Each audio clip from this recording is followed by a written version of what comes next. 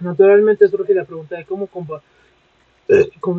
compatibilizó sus obligaciones de investigación y catedrática con las de madre. La respuesta a esta,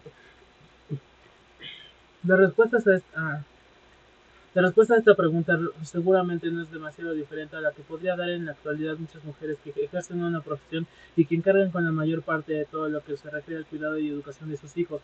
¿Acaso incluso su caso fue más favorable que el de todas esas mujeres? Incluso mujeres pudo contar con institutrices y criadas con la ayuda de su suegro, más favorable, pero en modo alguno fácil en cuanto a la relación que mantuvo y la influencia que ejerció sobre sus hijas. Es las principales biografías dedicadas a Marie se pueden encontrar numerosos comentarios, no siempre, por cierto, coherentes entre sí. En mi opinión, una manifestación bastante ajustada es la de Robert Reid, 1895. Irene y Ed se llevaban 7 años. Ya después la cuna, la pequeña se había mostrado muy distinta de su hermana mayor, más bonita, más fácil de carácter, era muy accesible, mientras que Irene, que tenía tendencia a roer la intimidad, los amigos y visitantes que iban a verles le tomaban cariño inmediatamente, aunque los signos externos de su alegría de vivir escondían en él algo que como solo llegaría a revelar cuando fue una mujer adulta. Y entonces se sentía separada por su edad de la relación intelectual que unía a su madre con su hermana mayor. Era aquella una especie de comunicación mental que Marie Curie había preferido siempre a lazos físicos muy evidentes. Enseñó a su hija a ser afectuosa, pero siempre con reserva y sin grandes demostraciones, a no alzar nunca la voz por enfado ni por alegría. Eve Curie escribía más tarde en su célebre biografía de su madre a propósito de aquel periodo de su vida: a pesar de la ayuda que intentaba darme mi madre, mis años infantiles no fueron felices. En cualquier caso, lo mejor es dejar cuando sea posible que hablen los documentos primarios. La biografía de Eve es, por supuesto, un documento relevante, además de fácilmente accesible, y aunque seguramente excesivamente geográfico, también incluye, como acabamos de ver, testimonios reveladores. Irene, colega además de hija, no ha dejado testimonios más directos, una circunstancia que puede atender a la luz de los comentarios que acabo de citar de Rey, mayor relación con su madre, un carácter más duro y crítico que el de su hermana, como el siguiente, Curie 1, 1954, que no solo nos habla de cómo educó a sus hijas, sino así mismo de cómo era Marie Curie. Yo tenía muy fuertemente la influencia de mi madre, a quien quería con toda mi alma, y durante mi infancia nunca pude imaginar que tuviera un solo defecto humano, pero yo era muy distinta a ella, más parecida a mi padre, y esa es quizás una de las razones por las que nos entendimos tan bien, aun viendo a veces las cosas de manera diferente. Por otra parte, mi espíritu se formó más que nada junto a mi abuelo Eugene Curie, que vivió con nosotros hasta su fallecimiento en 1910, y mi reacción ante cuestiones políticas y religiosas proceden mucho más de él que el de mi madre. Por ejemplo, ella, que no era muy creyente, nos dijo en más de una ocasión: yo os educo sin religión, pero vosotros veréis más adelante si queréis adoptar alguna cuando seáis mayores. Por el contrario, mi abuelo, viejo libre pensador, que no había bautizado a sus hijos, cosa rara en aquella época, no hubiera comprendido ni admitido que sus hijos se convirtieran en una religión. Yo pienso como él, y aunque respeto mucho las creencias sinceras, de verdad no podría sentirme en familia con un hijo cuyas ideas diferían de las mías de un modo tan profundo. Estoy segura de que mi abuelo hubiese tenido las mismas reacciones que yo ante ciertas cuestiones políticas, porque mi juicio está formado por las ideas sencillas que recibí de él. El pensamiento de mi madre era más complejo. A veces me pregunto qué hubiera pensado de tal o cual acontecimiento sin llegar a formarme una opinión. Por ejemplo, mi madre admiró mucho la Revolución Española, en parte por simpatía hacia el progreso social, pero también porque aquella revolución se hizo sin violencia. Viajó por España en abril de 1931, invitada por el gobierno republicano, y me escribió: el ambiente que vemos en la joven república es de alegría y emoción. Ver qué confianza tienen en el porvenir los jóvenes y muchos de los mayores. Deseo muy sinceramente que no sufran demasiadas decepciones. Mi madre murió antes de ver la reacción fascista que cubrió a España de fuego y sangre. Es seguro que habría considerado criminales a esos fascistas, pero hubiera llegado a la conclusión de que más hubiese valido que la República Española actuara con ellos con menos benevolencia. No lo sé. Era muy poco sensible a los argumentos de oportunismo cuando se oponían a principios que consideraban importantes. Estos comentarios de Irene ayudan a comprender las ideas políticas de su madre, forjadas en el crisol de Polonia de su juventud sometida como ya vimos, el yugo ruso. En cuanto a las relaciones que mantuvo con España, algunos de cuyos aspectos se mencionan en la cita anterior, nos encontraremos con ellas más adelante en este mismo capítulo. También se refirieron a algunos de los intereses literarios de Marie. Mi madre leyó mucho en su juventud, amaba la poesía y sabía muchos poemas de memoria. Cuando ya lo conocía, su trabajo le dejaba poco tiempo para distraerse. Sin embargo, si yo descubría algunos versos de Víctor Hugo, de Verlaine o de Kipling que encontraba particularmente buenos, siempre estaba dispuesta a que se los recitara y a comentarlos. Por otra parte, cuando yo sacaba de la biblioteca un libro que estaba allí desde hace años, lo dejaba sobre mi mesa para leerlo, era casi seguro que mi madre se sintiera con súbitas ganas de leerlo y que desapareciese de mi habitación para encontrarlo después en la suya. También se venía con gusto a compartir mis impresiones teatrales, y cuando yo iba por la noche a ver una obra clásica o una ópera, tomé la costumbre a mi regreso sentarme junto a su cama a comentar el espectáculo de aquella hora intempestiva. Es asimismo interesante citar lo que Irene decía a propósito del amor de la, de la descubridora del radio por la naturaleza. Por encima de todo, mi madre quería dedicar su tiempo libre a paseos por el campo, trabajar en el jardín o durante las vacaciones a disfrutar del mar y de la montaña. Le gustaba muchísimo el ejercicio físico, siempre buscaba ocasiones para practicarlo ella misma y para que lo practicáramos mi hermana y yo. Amaba la naturaleza y gozaba vivamente de ella, pero no solo de un modo contemplativo. En el jardín se ocupaba de las plantas, en la montaña gustaba de andar, aunque desde luego descansando, a veces y admirando el paisaje, pero no hubiera encontrado placer pasando un día entero sentada en un sillón ante un hermoso panorama, como no fuese obligada por motivos de salud. En el mar le gustaba nadar y remar, pero apenas se complacía estando simplemente al borde de un barco. Se cuidó personalmente de enseñarnos a nadar desde muy pequeñas, y no nadaba muy bien, pero cultivó su estilo con tanta perseverancia, siguiendo mis consejos durante años, que logró muchos progresos, aun siendo ya de edad madura.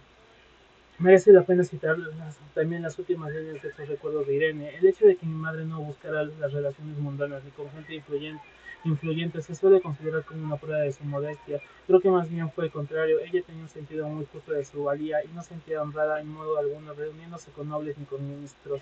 Se alegró mucho cuando tuvo ocasión de conocer a Rudyard Kipling, pero el que le presentaran a la reina de Rumania le resultó totalmente indiferente.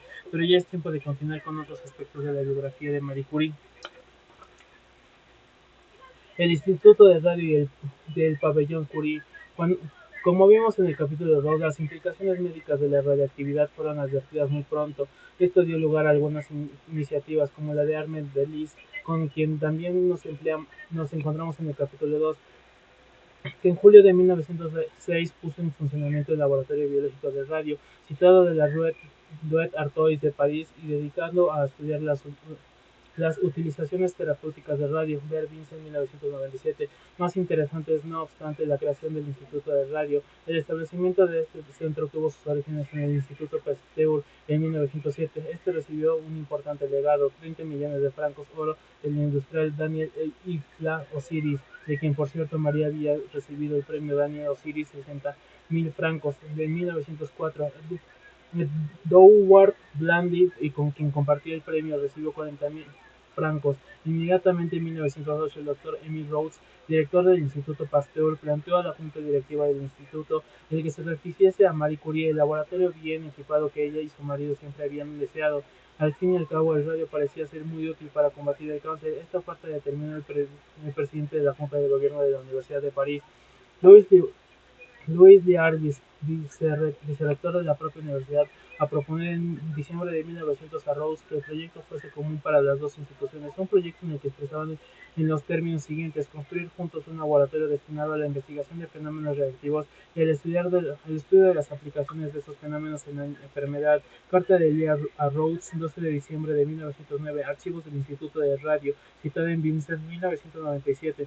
Las autoridades de la Sorbona argumentaban que la universidad tenía desde hace tiempo la idea de ofrecer a los Curie un laboratorio bien dotado, pero que había sido imposible hasta entonces. Lo que está desde luego claro que el saber de la oferta a Marie del Instituto Pasteur, la universidad sintió el temor a perderla y actuó por primera vez en consecuencia. Por su parte, el Instituto Pasteur recibió bien la propuesta, pero Fue un tanto la idea en el sentido de que fuese más de los laboratorios creados. Finalmente se llegó a la decisión de crear un instituto de radio con los laboratorios, uno dedicado a la investigación física que dirigía Marie Curie. Estaría asociada a su cátedra en la Sorbona y consecuentemente dependería de la Facultad de Ciencias, y otro que se ocuparía de la investigación, biología y medicina, que controlaría el Instituto Pasteur y que también estaría asociado a una cátedra universitaria. Esta sería creada más tarde bajo el nombre de radiofisiología. Según el acuerdo, cada institución aportaría una cantidad económica determinada, 20.000 francos a la universidad, que también se suministraría el terreno. El lugar que se fijó estaba en una esquina de un Rue Ulf y la Rue Pierre Curie, sobre unos terrenos de la universidad. Acababa de adquirir y con 300.000 francos el Instituto Pasteur. Los dos departamentos se edificarían uno al lado del otro. La construcción del laboratorio destinado a la investigación biológica y médica del Instituto de Radio al Pabellón Pasteur comenzó en 1911, terminando justo, justo antes del inicio de la Primera Guerra Mundial. Antes, el 1 de octubre de 1913 se nombró director de Claudius Regaud, 1870-1941, un médico de Lyon que había trabajado en los rayos X y que era el autor de importantes trabajos sobre el efecto de los rayos X y radio en tejidos vivos. En cuanto al pabellón Curie o Departamento de Física General y Relatividad, la construcción comenzó en 1912 y no estaba totalmente terminada cuando se inició la guerra. Sin embargo, no tuvo Marie que esperar el término de la contienda para instalarse en su nuevo laboratorio. El traslado tuvo lugar en 1915. La mudanza constituyó una exigente y complicada experiencia, escribe en su autobiografía, ya que una vez más no tenía ni dinero ni ayuda, de manera que fue únicamente en medio de mis viajes, se refiere a sus actividades durante la guerra, que comentara en las secciones siguientes, que fui capaz poco a poco en mis coches radiológicos de trasladar el equipo de mi laboratorio. Después tuve mucho trabajo clasificando y distribuyendo mis materiales y preparando el nuevo lugar, con la ayuda de mi hija y de mi mecánico, que desgraciadamente estaba con frecuencia enfermo. La Academia de Ciencias y Marie Curie. Ser miembro de una academia, al menos de las academias más selectas e históricas, constituye en algunos países un indudable honor. Francia y España, en uno de los países, existe allí desde los tiempos de la Revolución Francesa el denominado Instituto de Francia, fundado en 1995 para reemplazar las academias del antiguo régimen o abolidas por los revolucionarios. La de ciencias había sido establecida en 1666, aunque a la postre las nuevas tampoco fueron tan diferentes de las primitivas. El Instituto de la Francia se compone de 5 academias de prestigio desigual: la Academia Francesa propiamente dicha, la Academia de Ciencias de las Letras, la de Bellas Artes y la de Ciencias Morales y Políticas. En el capítulo 2 vimos que Pierre Curie fue elegido miembro de la prestigiosa Academia de Science en octubre de 1905. Ya premio Nobel, parecía natural que Marie Curie también pasase a ocupar un lugar entre los inmortales. En algún momento no fue así, como comprobaremos inmediatamente, y no fue solo en su caso. Las academias de ciencias han sido tradicionalmente muy poco proclives a admitir mujeres entre sus miembros. En la Royal Society de Londres, sociedad fundada en 1660, las primeras mujeres en ser elegidas miembros fueron Marjorie Stephenson y Kathleen Lonsdale, algo que ocurrió en 1945. La Academia de Ciencias de París no admitió como miembro del pleno derecho a una mujer, la matemática Yvonne Conquest-Bruhat, hasta 1979. En la Academia de Wissenschaften de Berlín, creada en 1700, fue Lise Meitner la primera mujer miembro. Entre 1949, en la Academia de Ciencias de Madrid, la primera academia fue la Biología Molecular. Margarita Salas, elegida en 1985, tomó posición en 1988. Marie Curie nunca fue académica de ciencias, pero estuvo cerca de serlo. El 23 de enero de 1911 perdió la elección, una elección que le aventó grandes preocupaciones, frente a Edward Brand Tillich, 1844-1940, un científico educado en la École Normale y en la Sorbona, que había llevado a cabo trabajos importantes en el campo de la telegrafía sin hilos. Especialmente destacado fue su descubrimiento en 1890 de que las armaduras metálicas de alta resistencia contenidas en un tubo de vidrio pasaban abruptamente a tener baja resistencia cuando ondas electromagnéticas de alta frecuencia llegaban al aparato, que Brani denominó radioconducteur, mientras que el británico Oliver Lodge utilizó el nombre de Coher Se trataba del primer detector práctico de radiotelegrafía e hizo que Branly recibiese más tarde la Legión de Honor. Fueron necesarias dos votaciones. En la primera Curie obtuvo 28 votos frente a 29 para Bradley y para Marcel Brillowin en la segunda y definitiva. Marit mantuvo sus 28 apoyos, pero Bradley los aumentó a 30. El género del que pertenecía Marit probablemente desempeñó algún papel en aquel resultado, pero sería simplista basar la explicación únicamente en semejante hecho. Al menos otros tres deben de ser tenidos en consideración. El primero, en que Bradley tenía entonces 67 años, era por consiguiente mucho mayor que Marie Curie y había fracasado ya dos veces en su intento de entrar en la academia. Este hecho, que en otros medios disminuye la posibilidad para el futuro, puede ser el caso de los académicos, un argumento a favor, sobre todo si el candidato posee cualificaciones indudables. Lo que por otra parte sucedió en el caso de Bradley, como muestra de que fuese propuesto varias veces para el Premio Nobel de Física. Crawford y Hay Brown y Ulrich 1987, en 1904 por A. Sundell en 1909, cuando la ganaron Guglielmo Marconi y Carl Ferdinand Braun, debido a trabajos en el área de especialidad del propio Bradley. Por H. Talbis, Braun recibió en solo apoyo y Marconi dos. En 1915 por H. Le Chatelier. El segundo hecho que tener en cuenta es que aquel enfrentamiento por un lugar en la academia llevó asociado una división de carácter político, la derecha contra la izquierda, más aún la derecha católica. Bradley llegó a abandonar en la década de 1870 su puesto en la Sorbona por una cátedra en el recién creado Instituto Católico de París, contra la izquierda no religiosa, pero atea como era Curie. Todavía no se había apagado los ecos del caso del capitán alsaciano y judío Alfred de Dreyfus, condenado por unanimidad con un tribunal militar, acusado del delito de alta traición que no cometió en 1894 de deportación perpetua y se habilitó en julio de 1906, un caso que había llevado a Emile Zola a escribir su célebre Yo acuso, la carta de Félix Faure, presidente de la República, publicada en la Aurore el 13 de enero de 1898, una carta que contiene pasajes que todavía un siglo después conmueven el espíritu. Pasajes como: supongo, señor presidente, que no tiene el menor poder en este asunto, que es usted prisionero de la Constitución y de su entorno, pero eso no excusa su deber del hombre, en el que usted pensará y cumplirá, y no es porque yo desespere en absoluto del triunfo. Lo repito con una certeza más vehemente: la verdad se ha puesto en marcha y nada le detendrá. El caso solo comienza ahora, puesto que solamente ahora están claras las posiciones. Por una parte, los culpables que no quieren que la verdad salga a luz; por otra, los justicieros que darían su vida para que eso ocurra.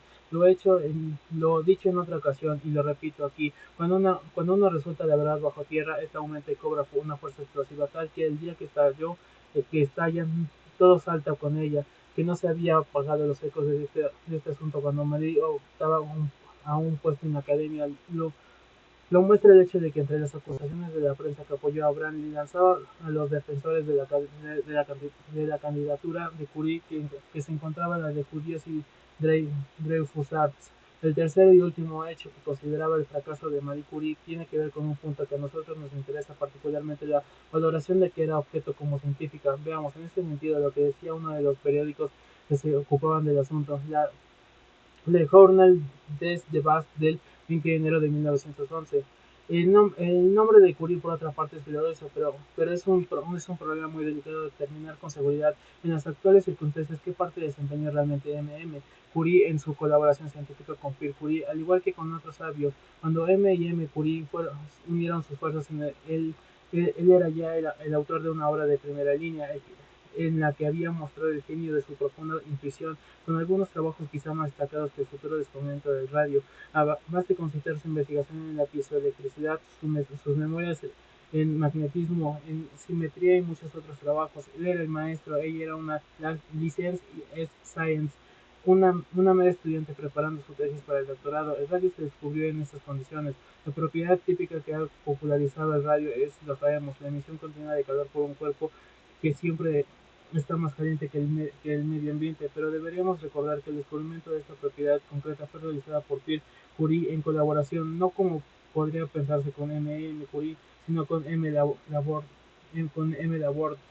Mientras Curie vivía, Francia mantuvo su superioridad en el mundo de todo lo que tenía que ver con la relatividad. Desde su muerte son los ingleses Rutherford, Ramsay y Soddy y otros los que se han hecho famosos. Sin duda Curie ha continuado con su trabajo, pero hasta ahora este trabajo no ha añadido nada importante a la herencia científica de Curie. El principal aspecto de esa herencia es el aislamiento de radio. Se ha efectuado en colaboración con M. de Bierne y el resto del trabajo no presenta nada original.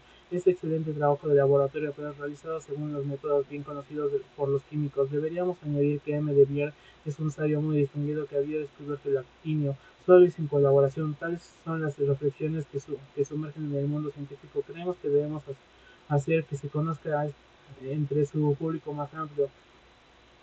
Eran estas unas reflexiones sin duda tendenciosas, como dar la importancia de que se adjudicaban el trabajo de Pierre Curie y Albert Lavoisier 1903, por muy interesante que este fuese, pero que tenía también indudablemente su punto de verdad. Eran tendenciosos al minimizar el papel de Marie Curie, el descubrimiento del radio y del polonio habría que añadir, y en la importancia de este descubrimiento tuvo para la física y en la ciencia y el descubrimiento y el polonio habría que añadir, y la importancia de este descubrimiento tuvo para la física y la ciencia sin perspicacia, habilidades y perseverancia de Marie. Probablemente el honor del descubrimiento del polonio y el radio habría caído en otros científicos sin otra nación, pero no por ello debemos olvidar que efectivamente las sucesivas aportaciones de Marie Curie nunca llegaron a alturas comparables, que en cuanto a variedad y originalidad sus contribuciones científicas no se pueden comparar con las de un Rutherford o también, y aunque entrase en el mundo de la relatividad de la mano de su época,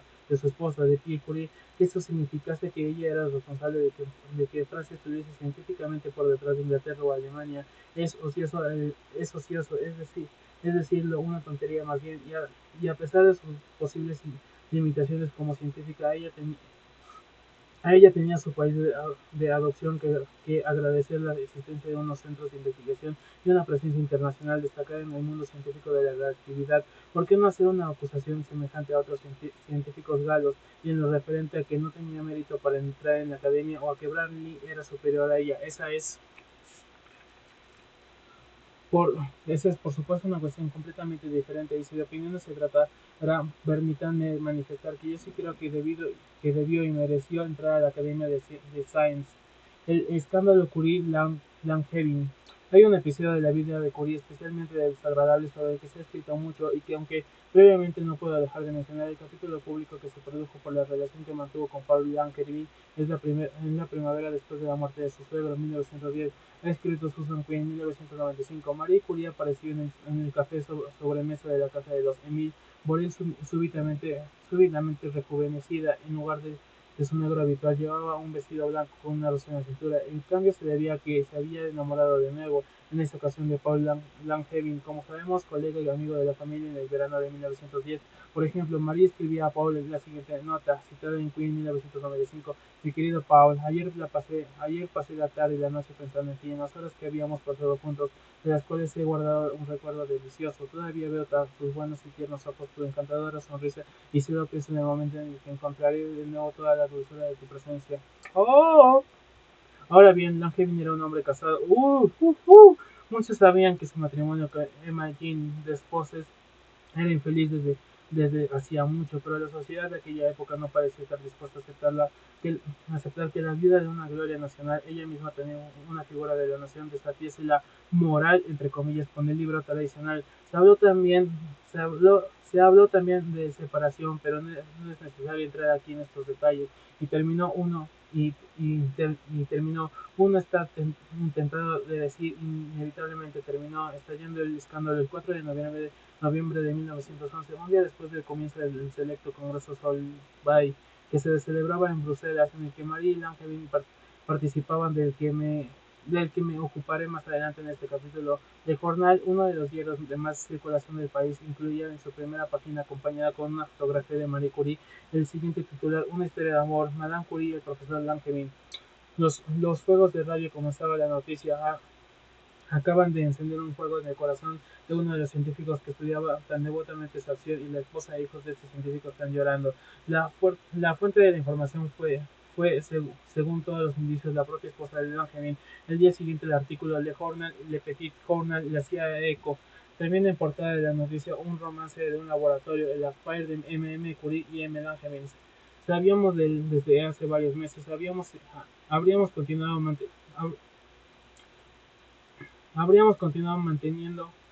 manteniéndolo en secreto si el rumor no se hubiese propagado ayer, cuando los dos actores de este relato habían huido. Uno abandonó su casa, su esposa y sus hijos, y la otra renunció a sus libros, su laboratorio y su gloria.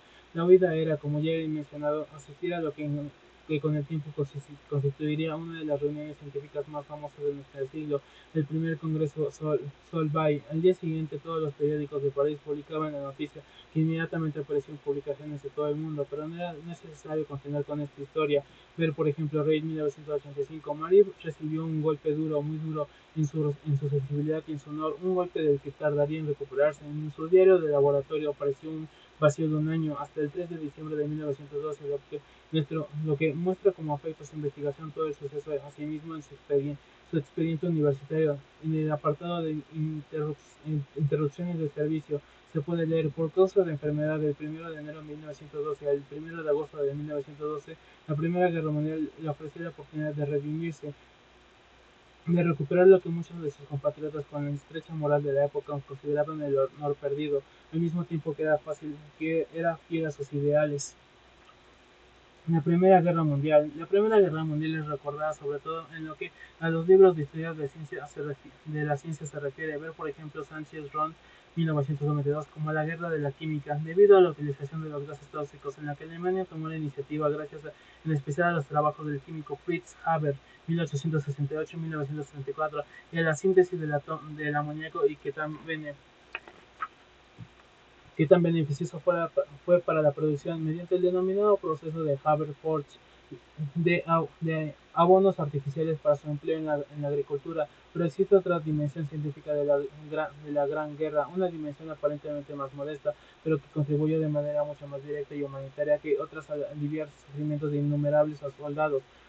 El empleo de técnicas científicas de la medicina, técnicas como los rayos X, que permitían localizar balas entre ellos simplemente las fracturas de un hueso, que hasta entonces, aunque conocidas, habrían sido utilizadas de una forma bastante limitada. A esta empresa contribuyó, como veremos enseguida, Marie Curie. Para el verano de 1914, Marie Curie alquiló una casa en Alcouz. Irene y Ep se instalaron allí en julio, junto a una institutriz y una cocinera. Marie esperaba reunirse con ellas en agosto, pero la declaración de guerra se le impidió. En la correspondencia de Marie e Irene, publicada en 1974 y que todavía no ha utilizado, encontraremos referencias a cómo madre e hija iban recibiendo las noticias que anunciaban el conflicto.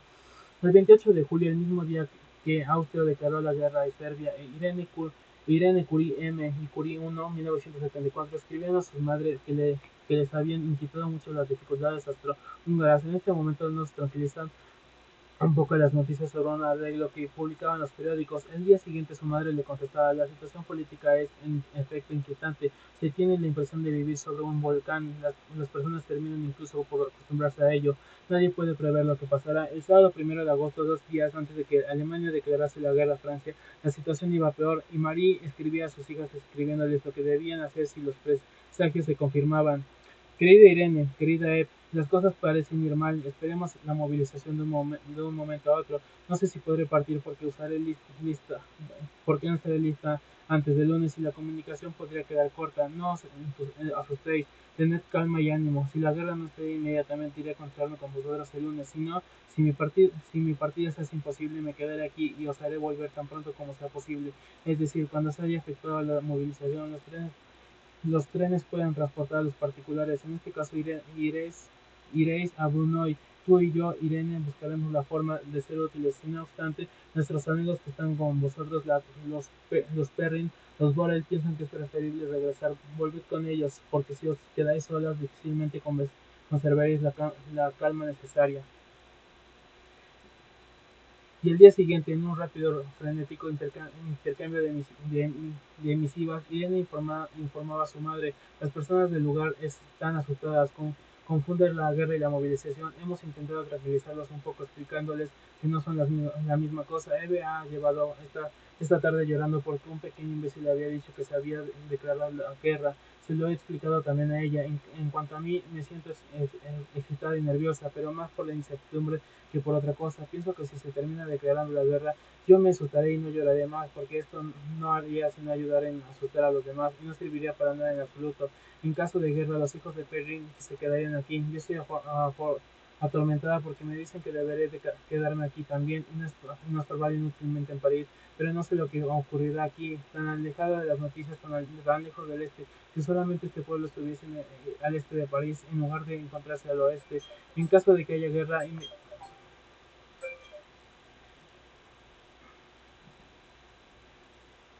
si solamente que pueblo estuviese al este de París en lugar de encontrarme al oeste. En caso de que haya guerra, intentaré saber por Chavans, por ejemplo, lo que podría hacer, a dónde podría ir. Irene tenía entonces, recordemos, solo 16 años y daba muestras de una madurez extraordinaria. El mismo día 2, María enviaba a sus hijas una breve nota. La movilización ha comenzado hoy y los alemanes han entrado en Francia sin declaración de guerra. No nos comunicaremos fácilmente durante algún tiempo, pero después de algunos días podré probablemente volver a vernos. Tened ánimo y calma, París está tranquilo a pesar del dolor de las partidas. A partir de entonces, y a pesar de las dificultades que imponía la guerra, los intercambios entre madre e hija continuaron siendo intensos, con Irene pronto insistiendo en que quería compartir la suerte y deberes de su madre. El 6 de agosto María escribía a Irene: te encargo de tu hermanita que me ha escrito una carta llena de desolación. Ocúpate de su instrucción y sé maternal con ella en mi ausencia. Todos los franceses tienen esperanza y piensan que la lucha, aunque dura, terminará bien, pero qué masacre y qué locura no debemos prever haber desencadenado. Es precioso esperar que esta vez los alemanes vean hacia dónde les lleva su gobierno de autócratas.